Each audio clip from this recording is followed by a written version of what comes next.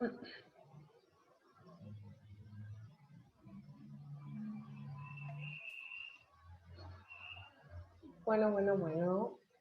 De a poquito les voy aceptando a todos. Gracias, chicos, por esperarme un ratito. Estaba teniendo nomás un pacientito complicado.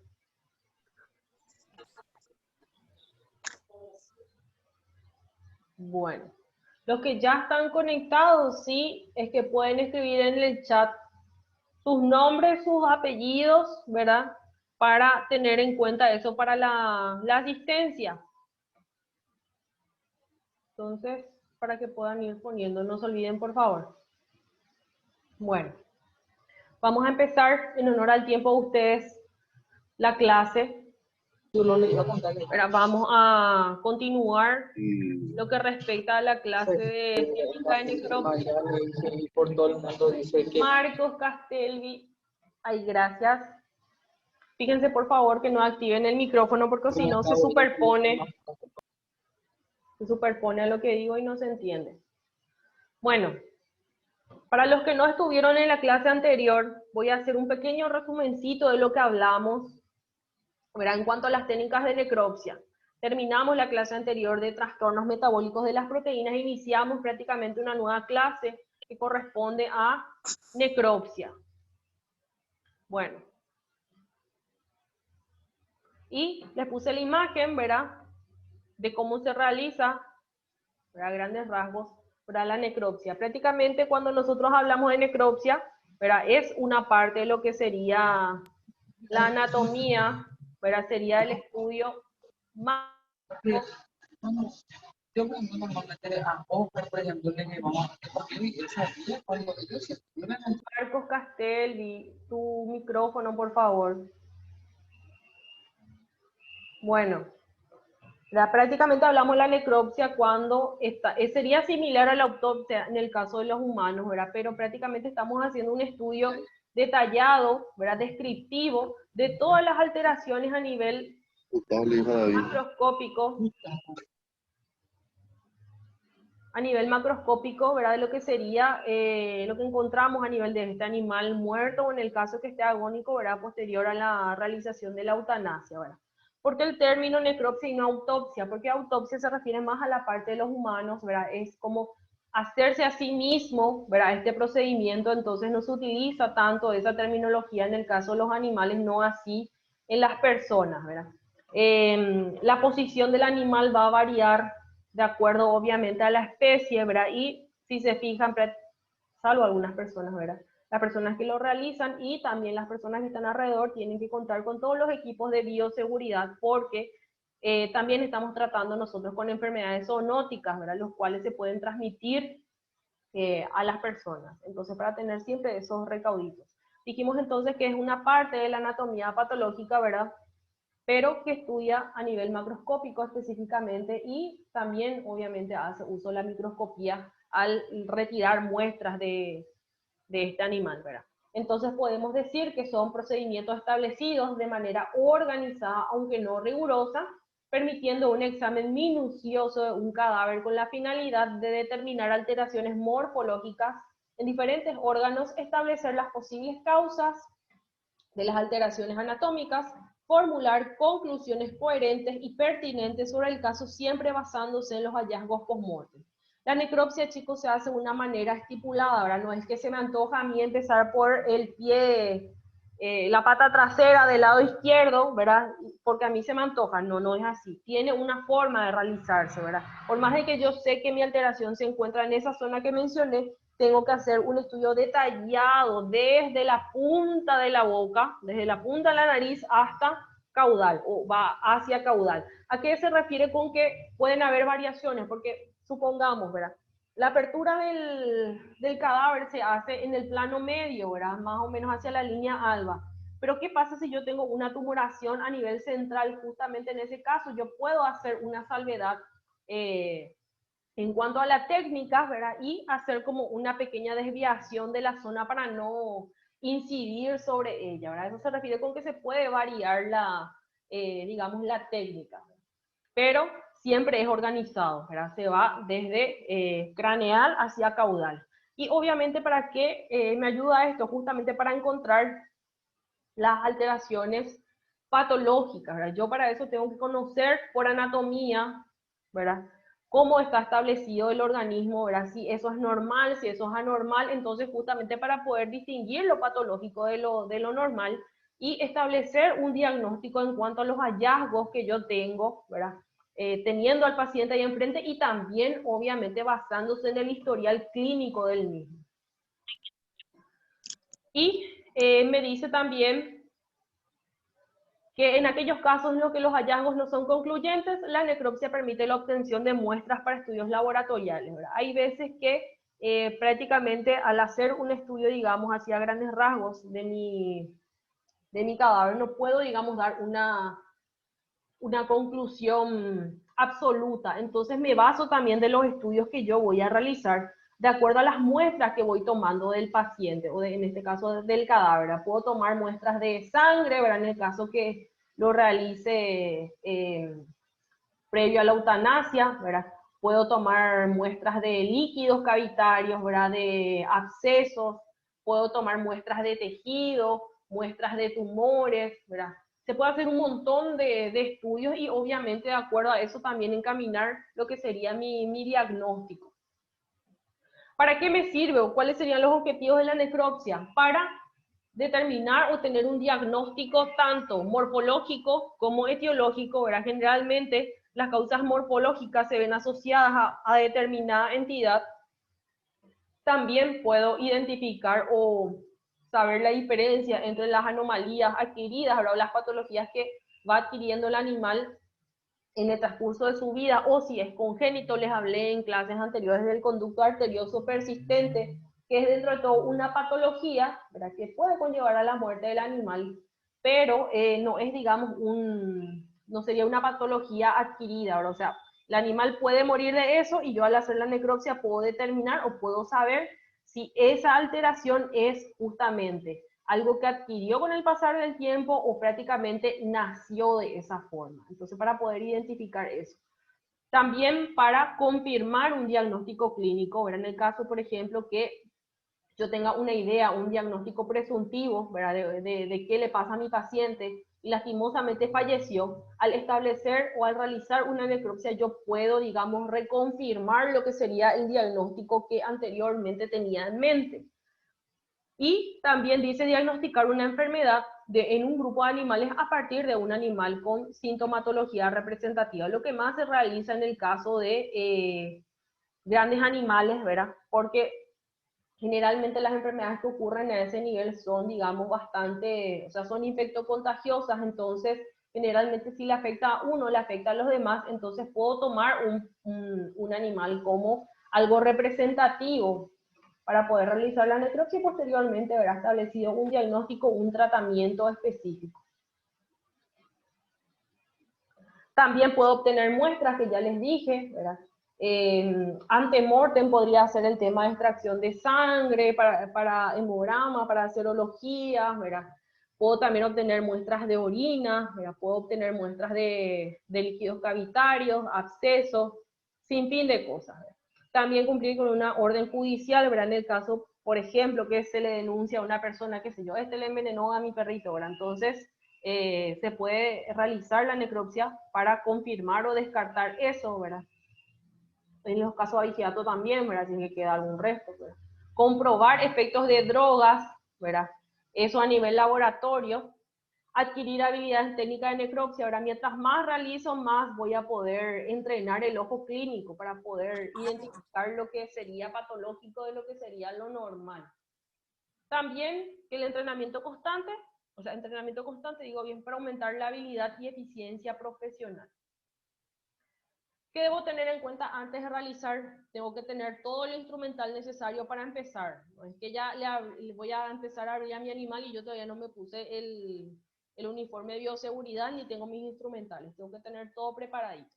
Y obviamente tengo que considerar como si fuera que todos los animales que yo realizo en la necropsia murieron de una enfermedad zoonótica. No hay que olvidar, ¿verdad?, de que existe cierta posibilidad de que el animal haya fallecido de una enfermedad zoonótica, entonces hay que protegernos, hay que utilizar guantes, hay que utilizar mamelucos, ¿verdad? Hay que utilizar botas, cofias, anteojos de protección, todo eso, ¿verdad? Porque justamente te pueden llegar a salvar de algo. De por ahí, si justo vos estás extrayendo una muestra, ese paciente, digamos, falleció de algo zoonótico y se te cayó la jeringa y se clavó, demasiado catastrófico, ¿verdad? Pero pasa, se te cayó la jeringa y se incrustó ahí en tu bota.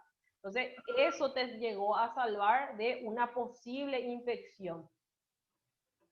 También conocer los deseos del propietario respecto al destino del cadáver, ¿verdad? Si quiere para consumo, ¿verdad? Hay algunas muertes que ocurren en los animales que dentro de todo, digamos, no generan un riesgo, digamos, para las personas, entonces de por ahí se podría utilizar nuevamente para consumo.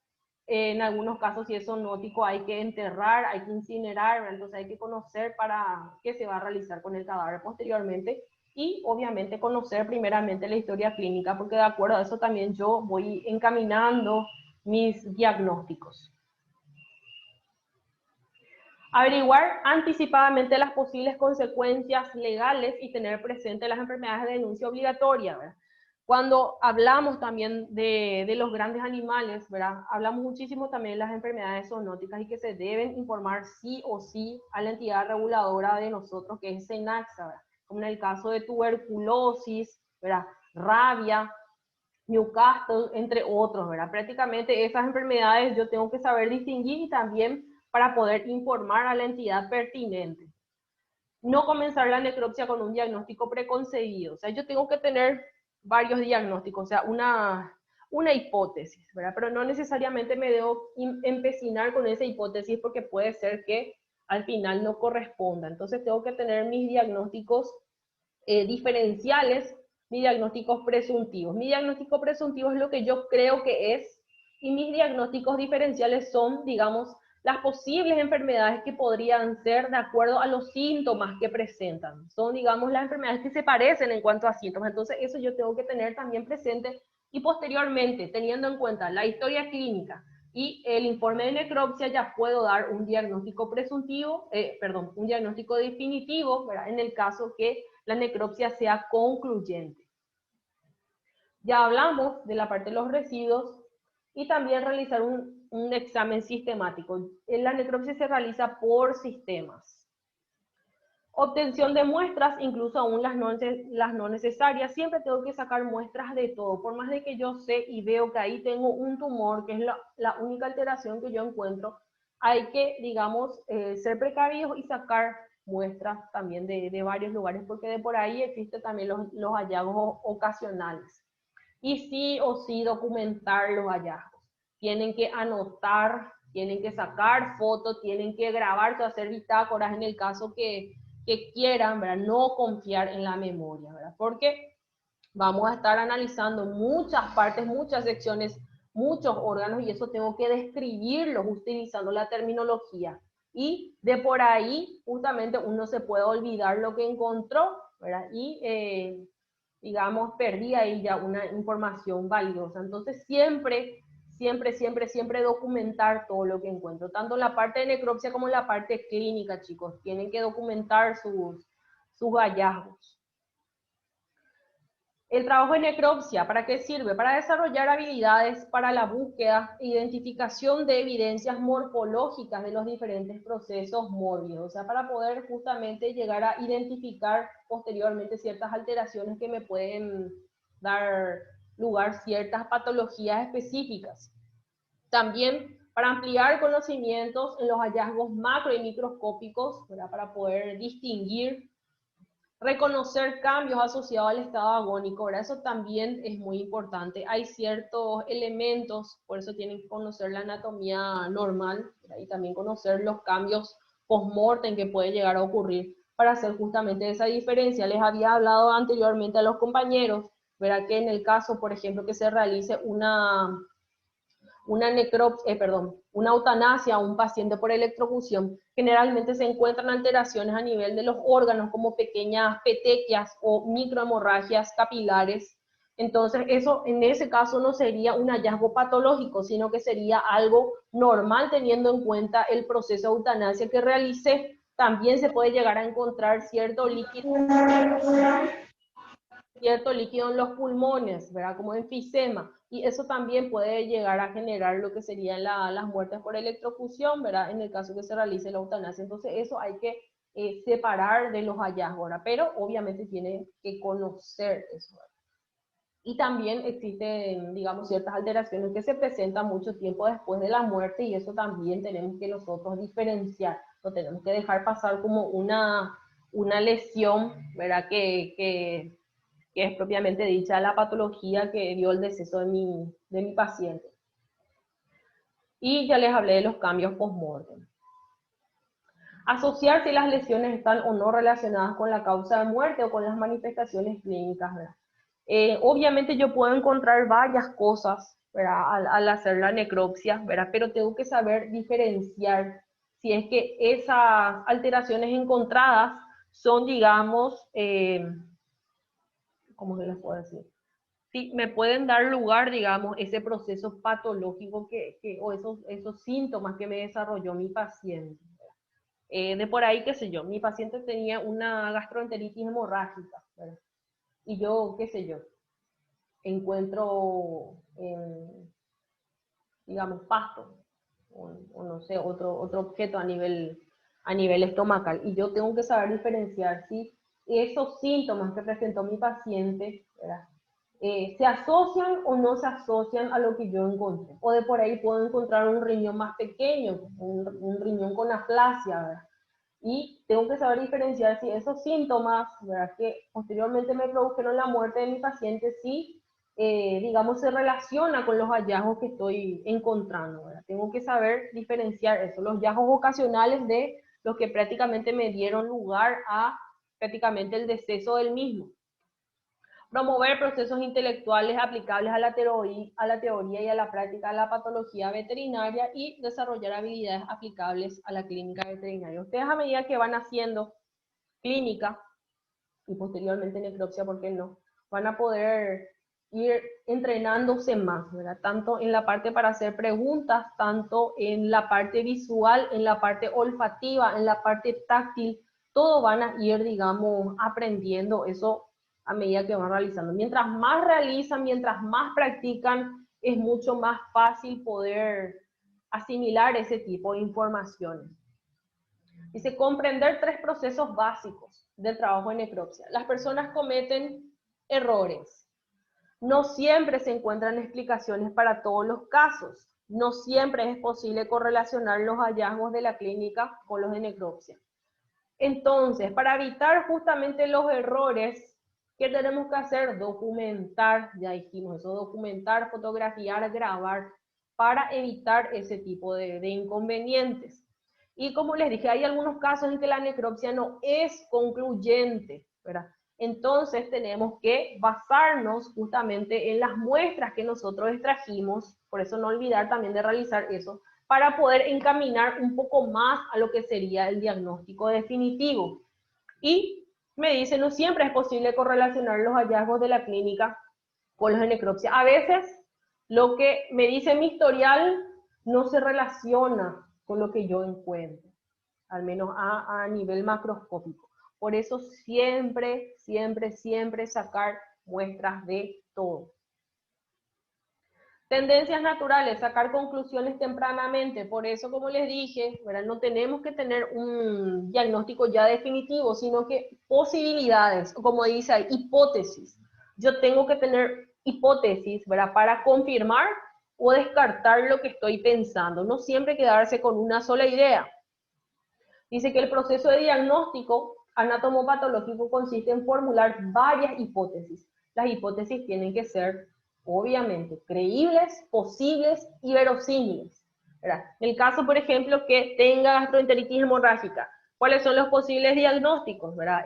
Gastroenteritis hemorrágica por parasitosis, gastroenteritis hemorrágica por proceso bacteriano, gastroenteritis hemorrágica por parvovirus, gastroenteritis hemorrágica por virus del distemper, gastroenteritis hemorrágica por causa de objeto cortante, ¿verdad?, por una gastritis excesiva. Un montón de posibilidades tenemos, ¿verdad?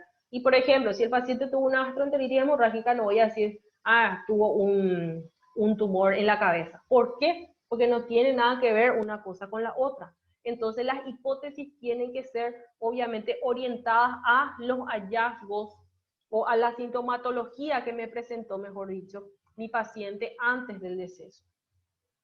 Bioseguridad muy importante, ¿verdad? Como les dije, porque hay que considerar prácticamente que lo que nosotros estamos manipulando puede llegar a ser infeccioso y nos podemos llegar a contagiar. Por eso tenemos que adoptar medidas de seguridad para poder realizar el mismo, como utilización de overol, guantes, botas de goma, tapabocas, gafas y delantales. O sea, nos protegemos nosotros y evitamos también poder contaminar el campo. Además, dice, se deben considerar medidas preventivas para evitar la contaminación del ambiente, sobre todo si la necropsia no es realizada en una sala de necropsia. En el caso que realicen necropsia en campo, porque se puede, justamente hay que tratar de evitar que se contaminen mis muestras y también contaminar el lugar donde estoy haciendo la necropsia, porque recuérdense que siempre nosotros tenemos que obrar como si fuera que estamos haciendo una necropsia a un animal con un deceso por una enfermedad infecto-contagiosa. Entonces tenemos que salvaguardarnos nosotros y también al ambiente. Y en el caso, obviamente, que realizo en un suelo, no tierra, no pasto, tengo que desinfectar también el lugar anterior y posterior a la necropsia. Entonces, tengo que usar elementos de bioseguridad como botas, guantes, overol, delantal, lavar y desinfectar después de su uso, no usar la vestimenta de necropsia fuera de la sala de necropsia, es tan chururú el overol, pero solamente debemos usar cuando vamos a estar trabajando al realizar la necropsia o en campo, no estar paseándonos con eso. Utilizar anteojos protectores, ¿verdad? Porque se utilizan ciertos elementos que pueden llegar a lastimar, ¿verdad? Como en el caso de hachas, puede saltar algo, costótomo, ¿verdad? Puede saltar líquido, puede saltar algún huesito, lo que sea, entonces para cuidarlos. Hay que usar rotuladores, ¿verdad? Si yo saco muestras, tengo que meterlo eso en frascos estériles, ¿verdad? Generalmente se utiliza con formol al 10%, ¿verdad? Diferentes tipos de tamaño de frasco. No voy a meter un cerebro entero en un frasco pequeñito, ¿verdad? Tengo que tener frascos de diferente volumen, ¿verdad? Tapabocas, ¿verdad? Rotular las muestras, overol encima, otra vez el delantal, cuchillos, chaira también para afilar, guantes, gafas, botas, jeringa de diferente tipo de calibre para toma de muestras, hoja de bisturí, en algunos casos se utilizan bolsas, entonces un montón de materiales utilizamos. El lugar de la necropsia, generalmente, si es posible, en el laboratorio de patología. Si no se puede y realizamos a campo, tenemos que tener justamente bastante cuidadito, por lo menos, obviamente, poner una carpa o un hule limpio por debajo para no hacer contaminación cruzada. En el caso de las chicas, atarse el cabello, por más de que es súper lindo, tienen que atarse para justamente evitar contaminar el campo. De por ahí se va el cabello adentro de nuestro pacientito que estamos haciendo la necropsia, nos podemos ensuciar, ¿verdad? Podemos ensuciar el campo, entonces para evitar esas cosas. Limpiar los envases, ¿verdad? Generalmente al hacer la necropsia nos llenamos de sangre, materia fecal, entre otras cosas, entonces preferentemente que una persona ataque, digamos, los frascos que vamos a utilizar y la que está realizando la necropsia que deposite las muestras adentro para justamente evitar ensuciar el material por fuera. O en el caso que no se pueda, si se está trabajando solo, limpiar posteriormente los frascos. Mantener los papeles, ¿verdad? Preferentemente trabajar entre 2 a 3 personas, ¿verdad? Mientras uno realiza la necropsia y va encontrando ciertos hallazgos, puede ir mencionando y una persona va anotando esos hallazgos que encuentra la persona que realiza la necropsia, ¿verdad? También adjuntar a eso la historia clínica del mismo, ¿verdad? Y los formularios para envíos de las muestras, que son súper importantes. No usar sierras circulares sin entrenamiento previo, porque si no lo saben utilizar, se pueden arrancar prácticamente media mano o hasta el brazo. Estar alerta sobre la proximidad de otras personas, ¿verdad? Porque se utilizan elementos punzantes y cortantes, entonces no hacer movimientos bruscos, ¿verdad? Como para clavarle a alguien, porque puede pasar. Parece estúpido, pero pasa. Separar los desechos de los instrumentales y herramientas utilizados, ¿verdad? Mantener cerrados los envases de formol, porque seguro ya utilizaron en anatomía y no es nada agradable olerlo, ¿verdad? Te hace lagrimear un montón. No arrojar las muestras bruscamente en el recipiente con formol para evitar que nos salpique. No participar en la eutanasia si es que uno no sabe cómo realizarlo. En caso de accidentes, acudir al responsable y contar con botiquín de primeros auxilios. En cuanto a las recomendaciones específicas, vamos a hacer rapidito: no comer ni beber en la sala, no fumar, lavarse las manos antes de salir, usar calzado antideslizante, no permanecer debajo del huiche o sistema de rieles, ¿verdad? En el caso de grandes animales, que son esos son como ganchos que alzan, digamos, el cuerpo, ¿verdad? No pararse o sentarse en las mesas. En cuanto a las recomendaciones para realizar necropsia a campo, tenemos que elegir un lugar, ¿verdad?, donde sea más factible realizar, donde sea, digamos, más fácil el posterior desecho de los materiales, ¿verdad?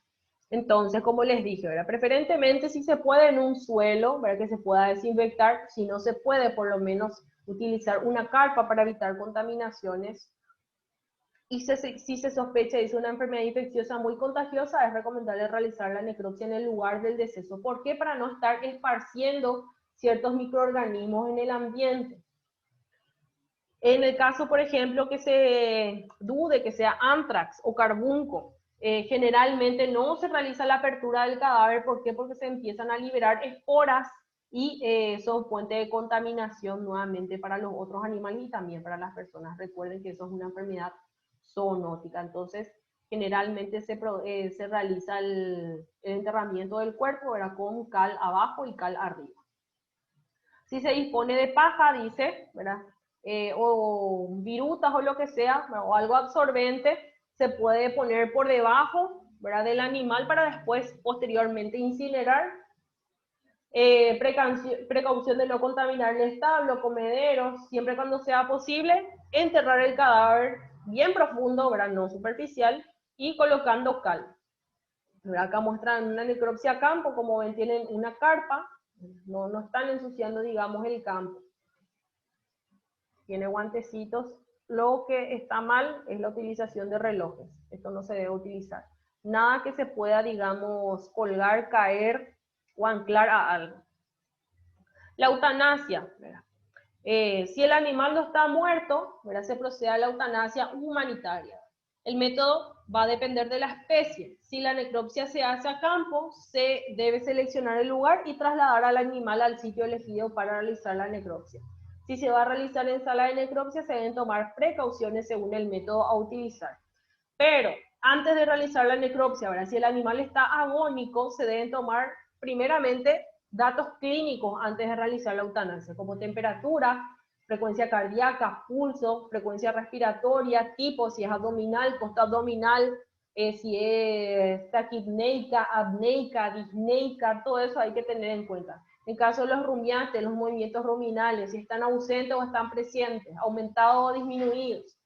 Extracción de muestras, sangre, orina, heces, ¿verdad?, secreciones varias. Todos estos datos serán de utilidad para formular el diagnóstico. La forma de realizar eutanasia tenemos de dos tipos. El método químico, aplicación de drogas por vía intravenosa o muscular, utilizado principalmente en pequeños animales y mascotas, y hay diferentes formas de realizarlo. Preferentemente, ¿cómo se realiza? Se hace combinación de acetato de acepromacina y clorhidrato de ketamina. La dosis según el animal, pero vamos a sobredosificar eso. ¿Para qué? Para inducir como a un coma. Posteriormente, ¿verdad?, una vez que se encuentra, digamos, en plano profundo, se aplica cloruro de potasio también por vía intravenosa. Después tenemos el método químico-físico, ¿verdad?, se utiliza en grandes animales, considerando, dice que el método químico en animales de gran tamaño no es tan factible. ¿Por qué? Porque se utilizan gran cantidad de anestésicos, entonces entre costo-beneficio no conviene. ¿Cómo? Primeramente, se seda con silacina, ¿verdad?, en el caso de rumiantes y porcinos, acepromacina en equinos, y posteriormente realizamos la eutanasia por electrocución. Por ello, necesitamos un cable de 10 metros de largo mínimamente. En uno de los extremos conectamos a la corriente eléctrica y el otro lado tiene como pinzas que uno se va a colocar en el ano y el otro en los labios. Y se hace una corriente alterna, ¿verdad? 10 segundos, desconectar, 10 segundos, desconectar, ¿verdad? Hasta que se produzca el deceso del animal. Y acá, como les dije, ¿verdad? Hay que diferenciar las alteraciones que son por los métodos de eutanasia, ¿verdad? O post-mortem, y separar de los pre-mortem, ¿verdad? Y en este caso dice que se producen hemorragias puntiformes, ¿verdad? O petequias a nivel de todos los órganos cuando se realiza la eutanasia por electrocución. En ambos procedimientos, si es factible, se sugiere desangrar al animal. ¿Para qué? Para evitar justamente contaminar posteriormente el campo.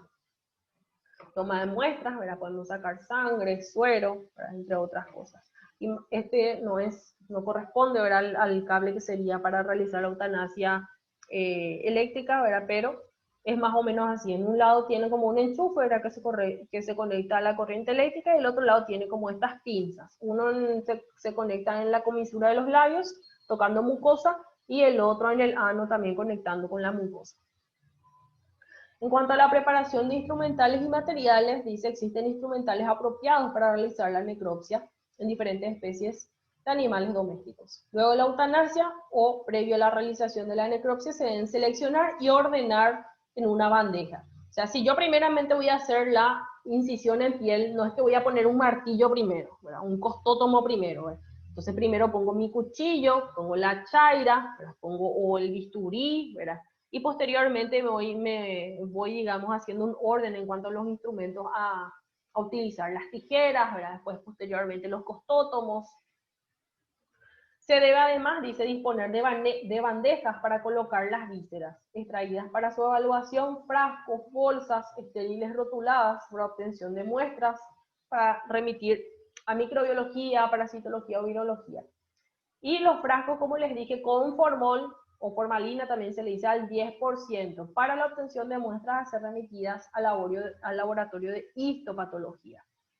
Bandejas para cada sistema más o menos. Sistema respiratorio, generalmente se saca en una bandeja, para el sistema digestivo se saca en otra bandeja, genito urinario en otra bandeja, entonces se va utilizando cada bandeja para cada tipo de sistema. También láminas portaobjetos, porque puedo hacer frotis o impronta, ¿verdad? Frotis en el caso que extraiga cierta muestra o gota de sangre, puede ser fina o gorda. Impronta se hacen algunas lesiones que tienen una superficie húmeda, ¿verdad? Es como que el órgano se pega sobre el portaobjetos, ¿verdad? Y ese es un tipo de muestra también. Jeringas estériles, ¿verdad? Diferentes volúmenes. Tuvo ensayo con y sin anticoagulante, si es serológico sin anticoagulante, y si es para hemograma además con anticoagulante. Si bien dice existen instrumentales que facilitan la realización de la necropsia, el veterinario de campo no siempre dispondrá de ellos, pero se puede realizar gran parte de la necropsia con un simple cuchillo y una chaira, ¿verdad? Eso es lo que más se utiliza, un cuchillo grande y una chaira para afilar, ¿verdad? Porque generalmente estamos trabajando con animales grandes, entonces el cuero como que desafila. El veterinario deberá tener consigo formol. El formol generalmente se vende al 40% y yo lo tengo que reducir a un 10%.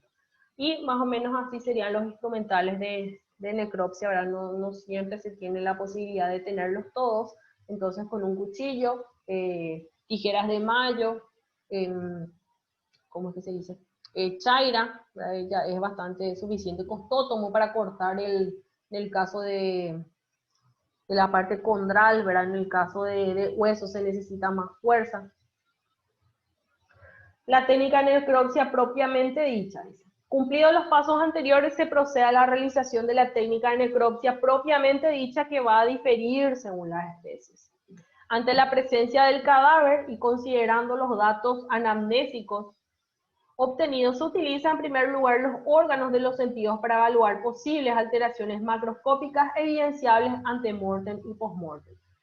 Ya sé que demasiado da gusto hacer necropsia, que demasiado ya quieren abrir, pero primero se hace justamente ¿cómo es que se dice? La observación. Le empiezo a mirar todo a mi pacientito, ¿verdad?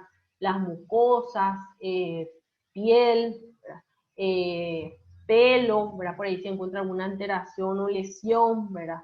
El color de las mucosas, humedad, color, todo lo que puedo obtener mediante, digamos, el campo visual, tengo que poder registrar eso y posteriormente sí realizar la apertura del cadáver. Entonces tenemos una secuencia para seguir en el caso que realicemos necropsia. Observación.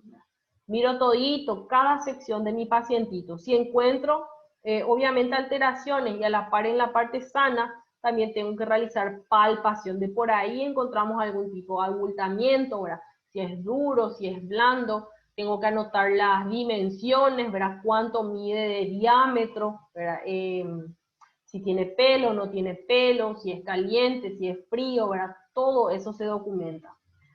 Incisión e inspección de la superficie de corte, ¿verdad? Tengo que posteriormente ya incidir primeramente piel y subcutáneo, ¿verdad? Y voy analizando, ¿verdad? La humedad, el color, ¿verdad?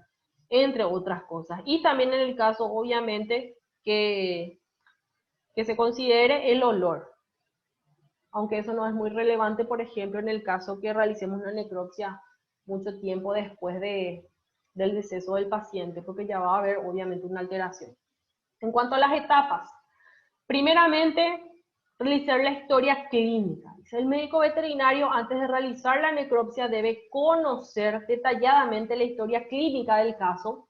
Para el efecto es importante considerar historia clínica, ¿qué es? Justamente como dice ahí, la historia de mi pacientito. ¿Quién es el propietario? ¿De dónde es? ¿Verdad? Nombre, apellido, dirección, teléfono celular, ¿verdad? Para poder contactarme, datos también de mi animalito, ¿verdad?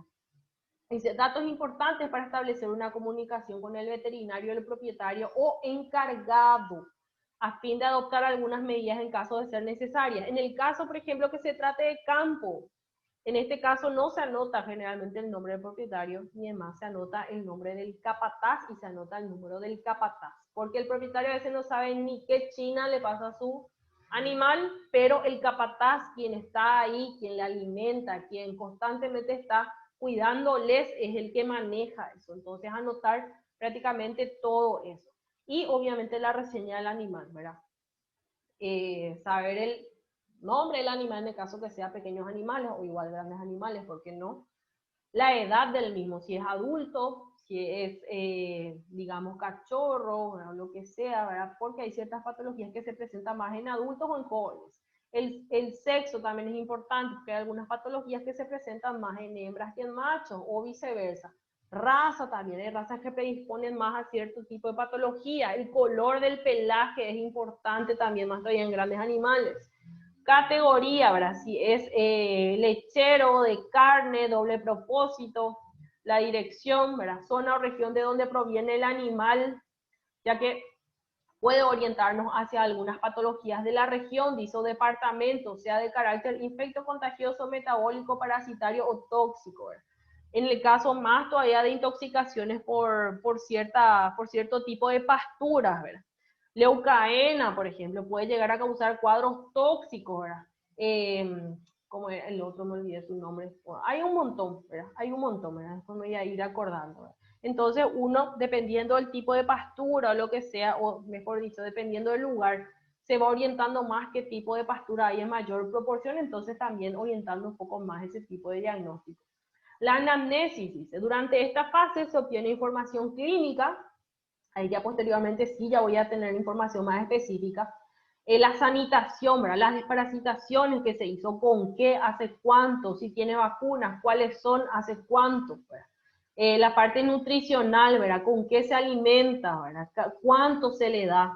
El manejo, ¿verdad? Si es que es una explotación extensiva, intensiva, ¿verdad? Necesarios, dice, para la toma de decisiones con respecto a la bioseguridad o de los necropsiantes y sus ayudantes, y el lugar donde se va a realizar la necropsia. Consiste en un diálogo sobre el caso en particular entre el profesional y el propietario o encargado de los animales. Esta conversación debe ser dirigida por el profesional con el objetivo de